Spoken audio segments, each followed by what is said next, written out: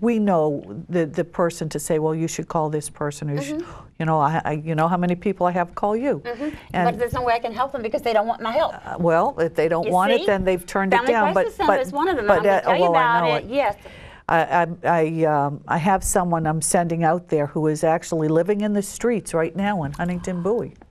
She's living in her car with her child, and I'm having her go out to the Family Crisis Center and offer, because they say they have no one to work there, offer to work there and give her secretarial skills and all for a place to put her and her child up. So we'll see if, even if she takes me up on to go out there, because a lot of times people don't. Because a lot of times they go and go and go and they just forget about it. Well, sometimes it's easier to just get the food stamps and all, and then just travel where it's warmer, you know. So, but we'll see if it works. But yeah, we have a homeless problem here in Bowie. We have a lot of homeless.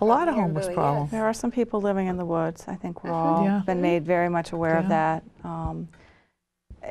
To the extent that we can, you know, at least help plug people into where the services are. We do have a phenomenal staff here, and anytime there usually is an issue for a citizen, they're able to plug them into what is available. And I think that in that way we're fortunate. We also have a caring community. Anytime an email goes out, it goes out to it's our neighborhoods.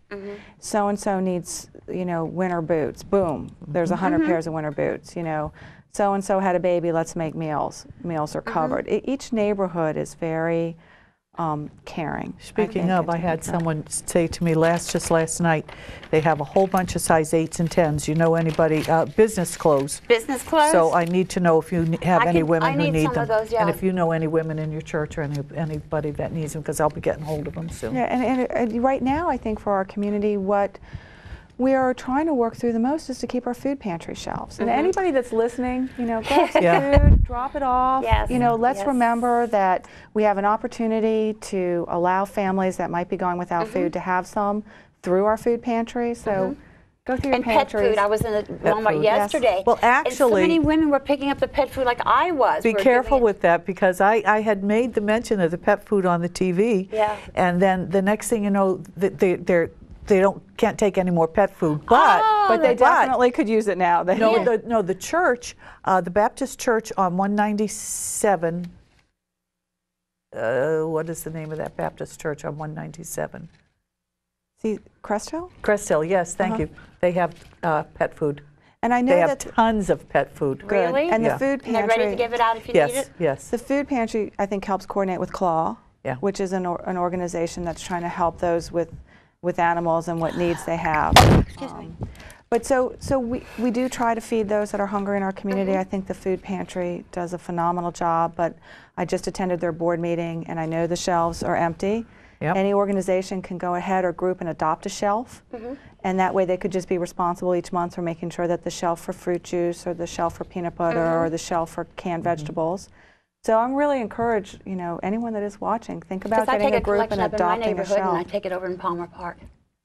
But the thing is, the people who are coming to the shelters now and the food pantries now are people you would never imagine. You know, because they're dressed, they're ready to go to work. You never know when you're going to need that little bit of help. You just never know. So I think that as a council, we really try to listen to what their needs are and make sure that we're available to be a partner with them.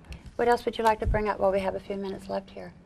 You know, I think this is kind of like the view, isn't it? So just get a cup of coffee and just chat about, you know, and chat about Bowie. I think that. Let's chat about Bowie. Let's not get so professional. You know, let your hair down. Let's talk.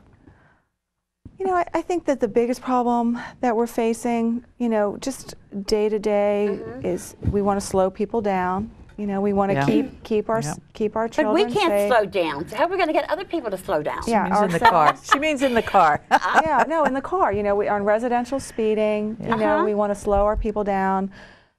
We want to make sure that we're keeping the community clean. What about brighter lights on some of these streets? How about that young girl got killed with her baby coming across from the Bowie Town Center, that big Bowie? It had been about a year ago.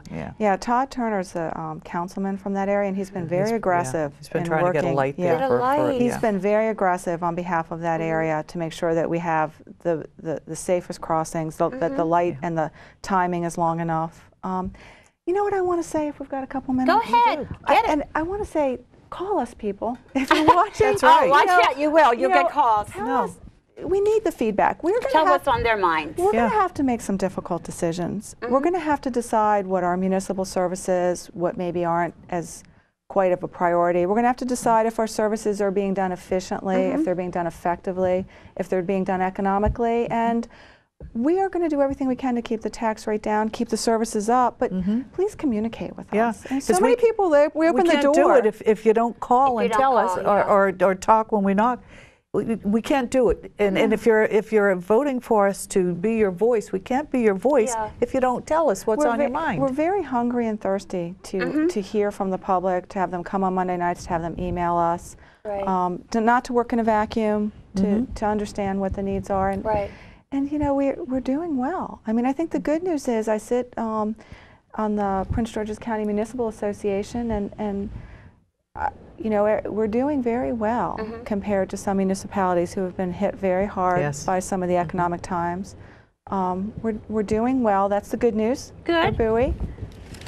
Anything else you want to add? No, I think that's Probably probably it's been back in it. 1994. There was a family right here in Bowie.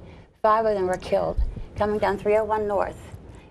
And they stopped for the red light, but a tractor guy driving fell asleep. Yeah. And he went into their van, killed the father, the mother, a sister-in-law, a little boy, and the family dog. So Leo Green, I want you to know this. I went to Leo and I said, we need a warning sign. So when you're coming down 301, north or south, you'll have a blinking light that says light coming up, light coming up. It's because if he's half asleep or even asleep. But anyway, Leo worked with me. I must have got 500 signatures. I went down the streets in the sun, allergies killing me, but Leo got that for me. And that, you know, thank Leo. Leo's done an I love awful you, lot. Leo, for that. He's saving He is the godfather lives. of our community and thinks of the community first and always. And activists like yourself. Because my husband said, it's never going to happen. I said, BS. I can make anything happen.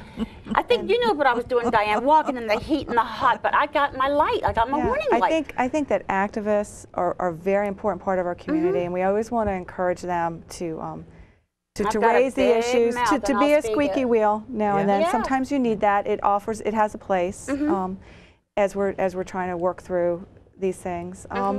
The three of us together could really make something happen big. And you know, one of the things that we're really working on when you think about this is our children. You know, of course, children come first. You say you're from Bowie. I really am trying to work to say to the children, what does that mean to you? Yeah. You know, you want them to be proud. You don't want them to allow any littering or any crime to be going on here.